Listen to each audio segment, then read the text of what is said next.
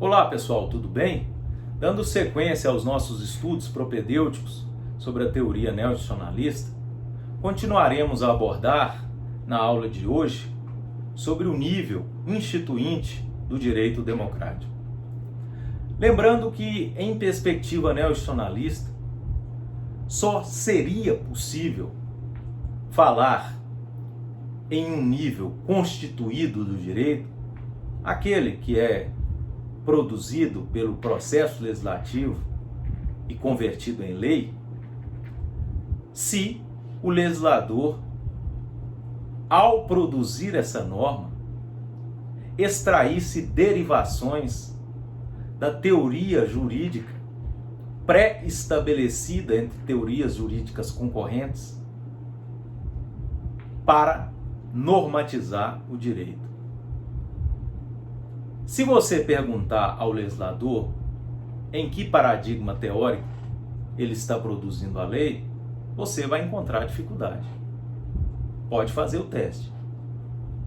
Se você também perguntar ao julgador em qual paradigma teórico ele está proferindo a decisão, você também vai encontrar dificuldade. E essa dificuldade decorre justamente da ausência de uma pactuação signa sobre o nível instituinte do direito democrático que queremos implantar. Via de regra, acredita-se que o direito é um fato social. É isso que vocês vão aprender em muitos livros. Tanto é verdade que, se fizermos um teste e pegarmos 5 livros de introdução ao estudo do direito, vocês vão perceber que cada autor terá uma reflexão, vamos dizer assim, sobre o surgimento do direito. Uns vão entrar em contradição, dizendo que o Estado veio primeiro, depois veio o direito. Outros vão falar que não, que é o direito que veio primeiro, depois veio o Estado. Outros vão falar que o direito surgiu a partir de um encontro entre pessoas, entre comunidades. Vão incluir aí uma metáfora do índio sexta-feira, que encontra com Robinson Crusoe, e aí no conflito de interesses nasce o direito. Enfim, vai ter várias contradições. No entanto, em perspectiva epistemológica de Karl Popper, uma ciência não se sustenta escondendo as suas contradições. Uma ciência só é ciência quando ela está disposta a não admitir nenhuma contradição. Da mesma forma, vocês vão encontrar em vários livros a trama de que o direito processual serve ao direito material, o direito material serve ao direito processual, e isso é uma maravilha. A ciência processual deve resolver os problemas do direito material de modo a cumprir a sua tarefa. Isso é o que está convencionado ou pré-convencionado com boa parte dos processualistas. Ou seja, a ciência processual tem que resolver os problemas da realidade. No entanto, isso não é problematizado. Isso não é colocado em interrogações os fundamentos dessa materialidade que surgiu, como ele surgiu, por que surgiu. Ora, o processualista contemporâneo, ele não pode, por exemplo, ignorar o pensamento de Karl Marx. Será que Karl Marx, ao dizer que o direito é uma peça estratégica e ideológica a serviço da superestrutura, será que ele não tinha nenhum estudo científico para dizer isso? É claro que tinha. Agora, nós precisamos desativar Karl Marx. Ao contrário dele, é possível, entendo, em paradigma neoinstitucionalista, desativá-lo pela via de um direito democrático e pela via da conjectura teórica de um nível instituinte, que, para ter legitimidade e validade, há que ser estabilizado intrassignificativamente em direitos fundamentais de vida, dignidade e liberdade. Só seria possível viabilizar o contraditório em face de um sistema formalizado ex ante. Só seria possível falar em ampla defesa se for dado a oportunidade de cada uma das partes esgotar argumentativamente os fundamentos do sistema que ele está praticando. O processo aqui é a instituição fundacional de um paradigma teórico-linguístico. É isso que nós chamamos de processo, né? É a teoria fundacional de uma realidade que queremos implantar. E essa teoria fundacional, eleita entre teorias jurídicas concorrenciais, é que vai estabelecer a possibilidade para que o legislador possa extrair derivações sistêmicas dessa teoria fundacional para tornar possível o direito constituído, o direito chamado de positivo. É a partir dessa possibilidade que a fundamentação das decisões torna possível. Porque, em perspectiva neoinstitucionalista, a fundamentação da decisão não decorre do melhor argumento. Então, as derivações só seriam possíveis se eu tiver um padrão regulador formalizado ex ante.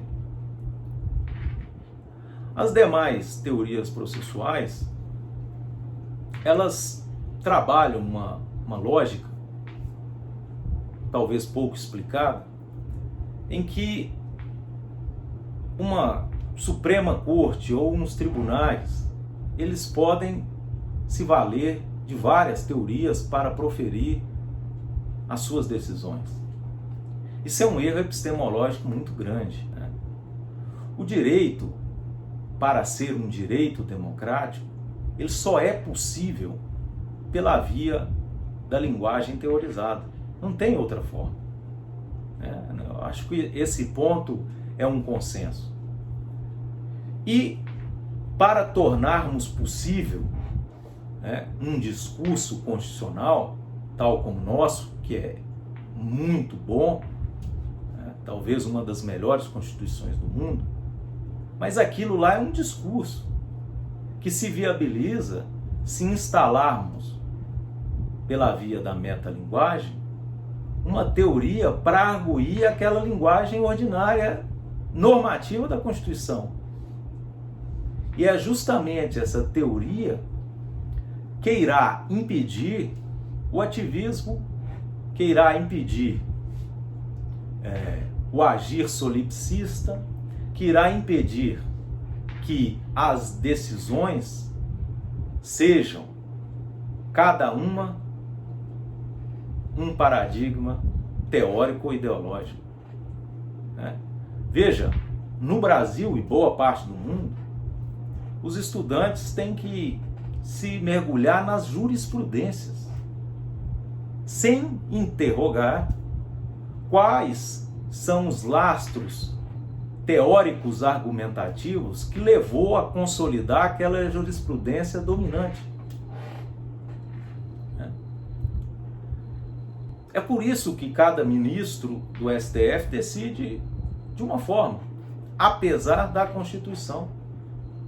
E vai continuar sendo dessa forma, enquanto não perceberem que o discurso constitucional é uma linguagem ordinária que só pode ser viabilizado pela disponibilidade de uma teoria processual da Constituição.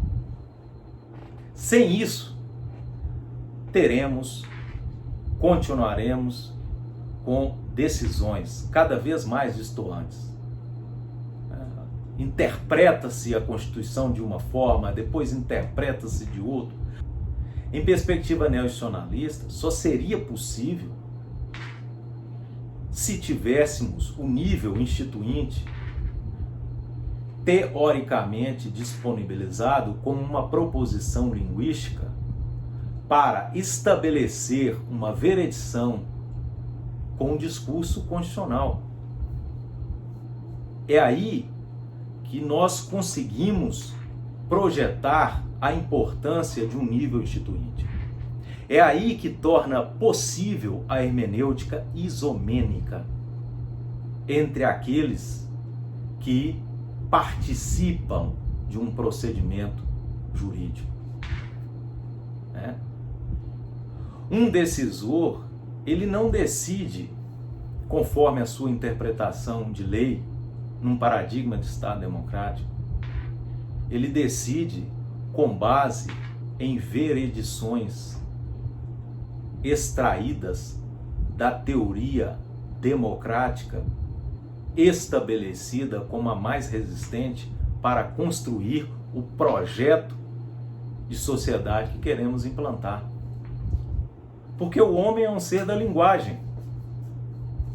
Isso eu acho que é um bom consenso. No entanto, essa linguagem, ela não se dá pela fala natural ou não se dá pelo meu entendimento do que eu entendo que é teoricamente aceitável. Em uma ciência, e para falarmos em ciência jurídica, ela só seria viável epistemologicamente se o direito apresentar um nível instituinte num plano exossomático teórico, para que seja possível a normatização da escrita, para que seja possível estabelecer obrigações, deveres, faculdades, direitos.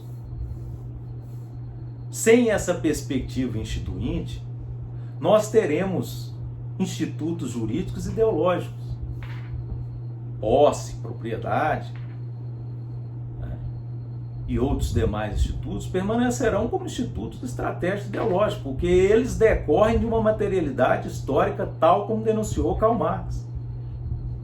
Essas são as conjecturas propedêuticas que precisamos ter sobre o nível instituinte, ou seja, uma possibilidade epistêmica de vincular as instituições, os agentes públicos, a solver problemas que essa teoria foi construída para enfrentar.